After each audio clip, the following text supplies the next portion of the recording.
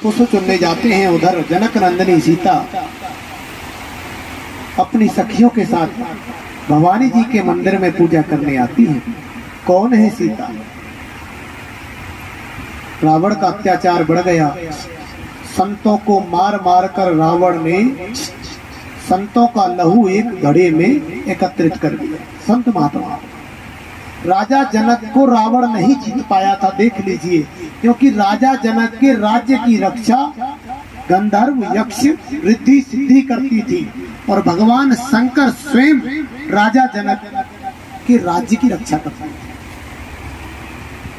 भक्तों, तो राजा जनक के विनाश के लिए उसने साधुओं को मरवाना आरंभ किया। जब साधु मारे जा रहे थे तो बहुत से परम सिद्ध साधुओं ने राजा रावण को, जो लंकापुरी का राजा है, 7 समुद्र पार लंकापुरी है, वहां का राजा है रावण, उसको श्राप दिया कि तूने इतने संत महात्माओं की हत्या की है, इनका रक्त तूने एक घड़े में इकट्ठा किया है, जिस भूमि में ये घड़ा रखा जाएगा वहां अकाल पड़ने लगेगा और इस घड़े के खुलने पर उस राज्य को नष्ट ताकि और जाना पड़ेगा। ये लहू तेरे काल का कारण बनेगा, यही रक्त तेरा काल बनेगा।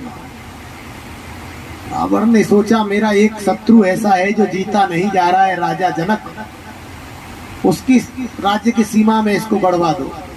वहां वो कलश गड़वा दिया गया, घड़ा गड़वा दिया। जैसे ही घड़ा को गाड़ दिया, राक्षसों ने राजा जनक की सीमा में अकाल पड़ने लगा। लोग तो भूखे मरने लगे। इतना संपन्न राज्य था तो विद्वानों ने, पंडितों ने, आचार्यों ने मत पेश किया राजा जनक के सम्मुख, हे राजन, सोने के हल से राजा रानी दोनों खेत को जोतें, खेत में हल चलाएं तो वर्षा हो सकती है। राजा जनक ने तत्काल आदेश दिया कि सोने का हल बनवाओ, अच्छे बैल की जोड़ी मंगवाओ। राजा रानी हल चलाने लगे। वो हल की पनिहारी कहीं अटक गई, बैल रुक गए तो खोद कर देखा गया एक छोटा सा सिंहासन है और उस सिंहासन पर वही घड़ा रखा है। घड़े के अंदर देखा गया तो रक्त नहीं था, वहां एक दिव्य कन्या उस घड़े में थी। भक्तों, राजा जनक के कोई संतान नहीं थी। राजा जनक ने कहा, क्योंकि सतानंद जी उनके कुल गुरु हैं, राजा जनक के कुल गुरु सतानंद जी और जावल ऋषि है, जावल ऋषि है, 2 कुल गुरु बना रखे हैं उन्होंने। उन्होंने कहा, राजन, आपके कोई संतान नहीं है, ईश्वर ने आपको संतान दी है, इसे स्वीकार करो, अपनी पुत्री बनाकर पालो।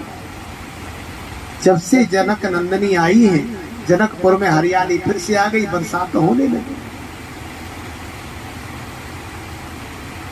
अब भगवान शंकर ने राजा जनक को जो धनुष दिया है, उसको 1000 सैनिक मिलकर उठाते हैं जब सफाई करनी होती है नीचे से। 2 वर्ष की जनक नंदिनी महल में घूम रही थी, धनुष के पास पहुंच गई, 2 वर्ष की। और 2 वर्ष की जनक नंदिनी सीता ने बाएं हाथ से बड़ी आसानी से उस धनुष को ऐसे उठा लिया जैसे तिनके को उठा लेते हैं। राजा जनक दूर से दृश्य देख रहे थे। उन्होंने कहा, जिस धनुष को 1000 सैनिक नहीं उठा पाते, उसे मेरी छोटी सी बच्ची ने, इस कन्या ने बड़ी सहजता से उठा लिया। मैं घोषणा करता हूं कि जो भी इस धनुष को उठाकर इस पर प्रतिज्ञा चढ़ाएगा, इस पर डोरी चढ़ाएगा, मैं उसी के साथ अपनी कन्या का विवाह करूंगा। इसी को कहा गया धनुष यज्ञ। यही धनुष यज्ञ है वो, जिसमें राम लक्ष्मण जी विश्वामित्र जी के साथ निमंत्रण पर गए हैं। वाटिका में पहुंच गए, फूल चुन रहे हैं। एक सखी ने मंदिर से बाहर निकलकर देखा तो देखे राम लक्ष्मण को देखती रह गई और जनक नंदिनी के पास आई, बोली, सीता देखो 2 राजकुमार जिनकी चर्चा कल संध्या से पूरे नगर में है, तो जनक नंदिनी बोली, देखो सखी, मुझे मैया की पूजा करने दो भवानी जी की। कि नहीं, तू एक बार देख तो सही, देखती रह जाएगी। तो जनक नंदिनी जी ने जैसे राम जी को देखा है, उधर से राम जी ने जनक नंदिनी को देखा है। अब जनक नंदिनी राम जी को देखते रही, सखी ने हिलाया, क्या हुआ सीता?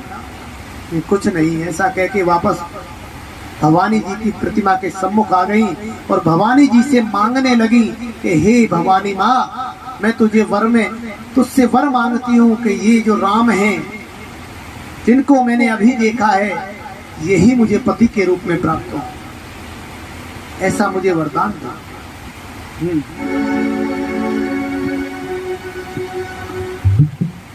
राम जी को जनक नंदनी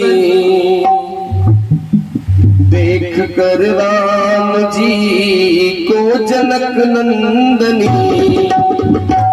बाग में बस खड़ी रह गई, बाग में बस खड़ी रह गई।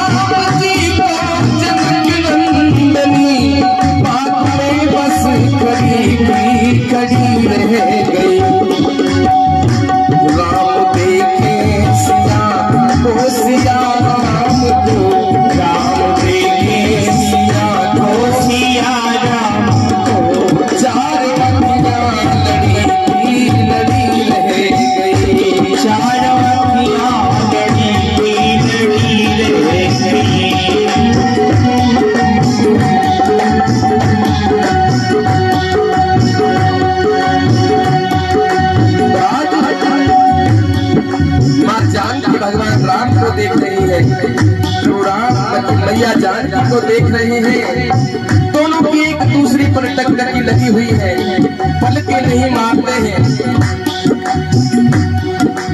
क्योंकि पलकों पर जो बैठे रहते हैं वो सीता जी के पूर्वज है महाराज मिनी। हमारे पलकों पर महाराज मिनी का राज्य रहता है, इस वजह से दोनों की पलकें नहीं हट रही हैं, एक दूसरे को टकटकी लगाकर देख रहे हैं। तो सखियां कहने लगी, ओ बोली पहली सखी जानकी के लिए रच दिया है विधाता ने जोड़ी सुगंध, रच दिया है विधाता ने जोड़ी सुगंध, रच दिया है विधाता ने जोड़ी सुगंध, रच दिया है विधाता ने जोड़ी सुगंध। पर धनुष कैसे तोड़े कोमल कुमर, धनुष कैसे तोड़े कोमल कुमर, पर धनुष कैसे तोड़े कोमल कुमर, मन में शंका बनी रहे गई, मन में शंका बनी रहे गई। देख कर राम जी को जनक नंदनी, देख कर राम जी को जनक नंदनी बाग में बस खड़ी रह गई, बाग में बस खड़ी रह गई। जब पहली सखी ऐसे कह रही है कि राम जी जो है वो हमारी सीता के लिए वर के रूप में बहुत अच्छे रहेंगे, तो दूसरी सखी कहने लगी, सखी सुनो, क्योंकि वो पहली संदेह कर रही है, कह रही है तो बालक है, कैसे तोड़ेंगे धनुष। तो दूसरी कहने लगी, सुनो इन्हें बालक मत मानो, बताने लगी, बोले दूसरी सखी ये तो होगा सही, बोली दूसरी सखी ये तो होगा सही, पर चमत्कार इनका नहीं जानती, पर चमत्कार इनका नहीं जानती। एक ही बाण से काटता राक्षसी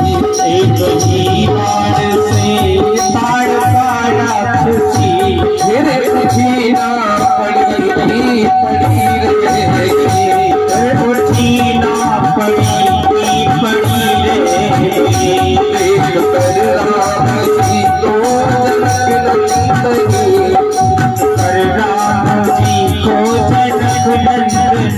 बाग में बस घड़ी खड़ी रह गई, वो बाग में बस घड़ी की खड़ी रह गई, बाग में बस घड़ी की खड़ी रह गई। बोली श्याम रामचंद्र भगवान की जय। हाँ तो भक्तों, कथा वहां पहुंच गई है जहां से भगवान की लीला आरंभ हो रही है। हे भक्तों, जनक नंदिनी ने भवानी जी से राम जी को वर के रूप में मांग लिया है। भवानी जी के गले से माला खिसक कर जनक नंदिनी के हाथों में आ गई है। तो जनक नंदिनी ने संतोष माना कि माता ने मुझे वरदान दे दिया। भक्तों, अब तो अगला दिन जो आया है वो धनुष यज्ञ का दिन है। देश विदेश से राजा आए, बलशाली राजा आए, सबको पता है कि धनुष उठाना है, प्रतिज्ञा चढ़ानी है, तभी जनक नंदिनी का वर्ण कर पाएंगे। राक्षस भी मनुष्य राजाओं के वेश धारण करके उस सभा में आ बैठे। राजा जनक की सभा है, कैसे वर्णन करें। इतनी विशाल भवन है, इसमें हजारों राजा राजकुमार बैठे हैं। अब तो यहाँ दिग्पाल लोकपाल भी राजा जनक की सभा में उपस्थित रहते हैं। सभा जुड़ गई है। मुनि विश्वामित्र जी राम लक्ष्मण से कहते हैं, चलो तुम भी सभा में चलो। तीनों सभा में प्रवेश करते हैं। तो राम लक्ष्मण जी जो बालक के रूप में हैं अभी, उन्हें देखकर सब कहते हैं, रे बाबा जी के पीछे इनके दो शिष्य आए हैं, पर इन शिष्यों के कंधों पर तो धनुष है और कमर में तरकस खिंचा हुआ उसे बाण रखे हैं। शिष्य वो नहीं है कि माला हाथ में हो, कमंडल हो। इन शिष्यों के पास तो धनुष बाण है। ऐसा विचार करने लगे। राजा जनक ने सिंहासन से खड़े होकर मुनि विश्वामित्र जी को उचित आसन दिया है और मुनि विश्वामित्र जी के पास ही राम लक्ष्मण जी को भी आसन दिया गया है।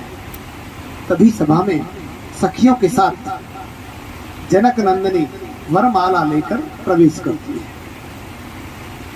जनक नंदिनी का स्वरूप तो लक्ष्मी जी है।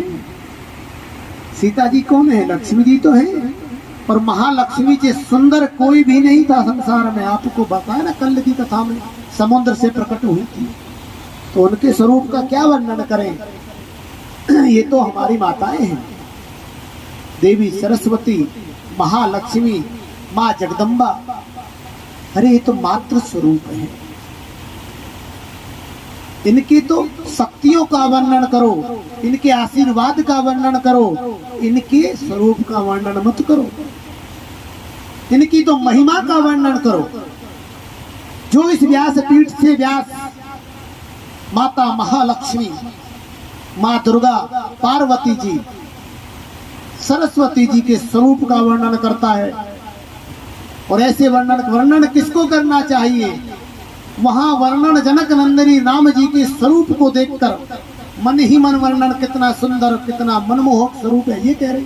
उधर राम जी ऐसा कह रहे हैं, एक पुरुष को ही अपनी पत्नी के स्वरूप का वर्णन करना चाहिए और एक स्त्री को अपने पति के अतिरिक्त किसी अन्य पुरुष के स्वरूप को सुंदर नहीं बताना चाहिए। किसी भी पुरुष को अपने पति से सुंदर नहीं कहना चाहिए। जिस दिन आप